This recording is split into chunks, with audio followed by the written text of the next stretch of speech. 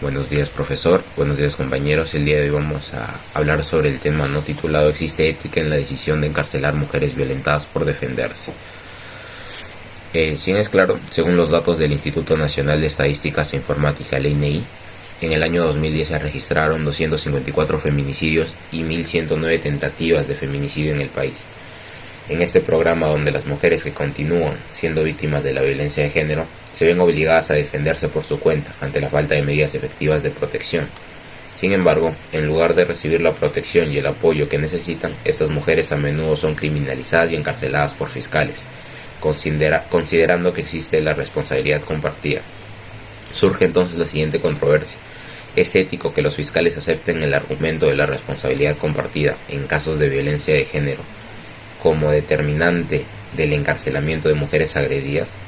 Pues consideramos que no es ético que fiscales acepten que tanto el agresor como la víctima son culpables en casos de violencia contra la mujer, y por esto una mujer violentada se ve encarcelada, debido a que esta estrategia desvía la responsabilidad del agresor y perpetúa la violencia de género, lo que va en contra de los derechos humanos y la justicia social.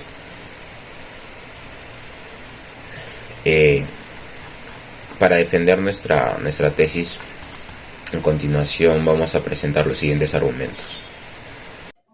En primer lugar, el encarcelamiento de mujeres no es ético, debido a que bajo este argumento de que la responsabilidad es compartida, es decir, que ambas partes tienen la culpa de la agresión, no se está presentando una ética de mínimos. Según Adela Cortina, la ética de mínimos refiere a que existen unos principios éticos fundamentales que son indispensables para cualquier sociedad y que deben ser respetados por todos los individuos, independientemente de su cultura, de su religión o sistema político.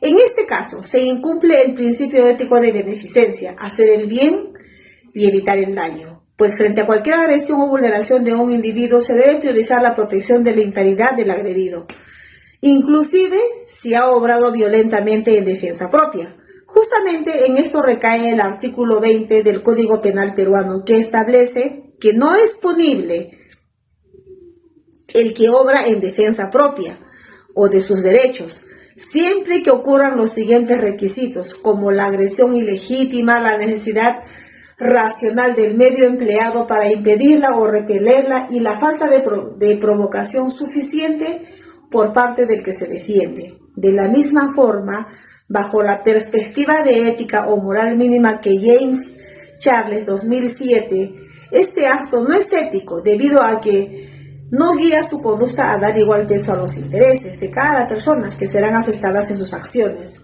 La mujer atacada será privada de su libertad, lo que puede tener graves consecuencias en su salud física y mental, además de presentarle un impacto negativo en la capacidad para poder cuidar a sus hijos y mantenerse económicamente. Sin embargo, un posible contraargumento planteado sería la posibilidad de que sí haya habido violencia de las dos partes, lo que en teoría haría que el encarcelamiento sea el procedimiento adecuado hasta determinar el grado de responsabilidad. Sin embargo, desde la ética de Maximos, entendemos que sí acepta el argumento de responsabilidad compartida, eh, sin tener en cuenta las circunstancias específicas de cada caso. Se estaría ignorando el contexto y la complejidad de la violencia de género y se estaría aplicando una medida desproporcionada y contraria a la justicia. Puede que la agredida se haya defendido y aún así esté en un estado más grave que el agresor. Pese a esto, como pregunta, ¿debería ir a la cárcel? Antes de confirmar que existe una responsabilidad compartida, el acto más ético sería evaluar a fondo hasta que este punto la gestión por ambas partes lo ha afectado y cuál fue el contexto y detonante en este acto. En segundo lugar, empleando este argumento, se puede decir que la justicia peruana no ayuda a la mujer violentada, sobre todo los fiscales que tienen la falta de ética, ya que encarcelan a la mujer cuando está siendo agredida por un hombre, ya que la mujer no se defendería contra su agresor. La mujer sería la víctima de un feminicidio y otros agravantes que pueden pasar. La actitud de las autoridades, como los fiscales, frente a esta problemática de la violencia contra la mujer no es la más justa. No toman buenas decisiones para enfrentar estos casos. Prefieren que el agresor cometa homicidio en vez que la víctima se defienda para cuidar su integridad. Como podemos ver el caso de feminicidio en el Código Penal peruano, dice lo siguiente. El artículo 108A, incorporado del Código Penal, define al feminicidio como el homicidio de una mujer por su condición de tal. En último lugar, las malas gestiones de las autoridades frente a los casos de conductas delictivas frente a la mujer que se denica, como podemos ver, el acoso sexual, el acoso laboral, el feminicidio, ya que las autoridades no tienen buenas estrategias para combatir esta problemática que hay, ya que son grandes problemas que se dan por la violencia de género. Por lo tanto, no hay ética, porque aquellas autoridades no están haciendo lo correcto por el bienestar de las mujeres, no tienen moral, porque si tuvieran, ellos tendrían la ética de ayudar en casos de violencia a la mujer. Por eso, los casos de desaparecimiento de niñas, adolescentes, aumentan porque no hay una buena gestión de las autoridades. En síntesis, creemos que no se debe el encarcelamiento de mujeres en casos de violencia de género, no es ético ni justo, ya que va en contra del principio ético de beneficencia y no toma en cuenta el contexto y la complejidad de la violencia de género.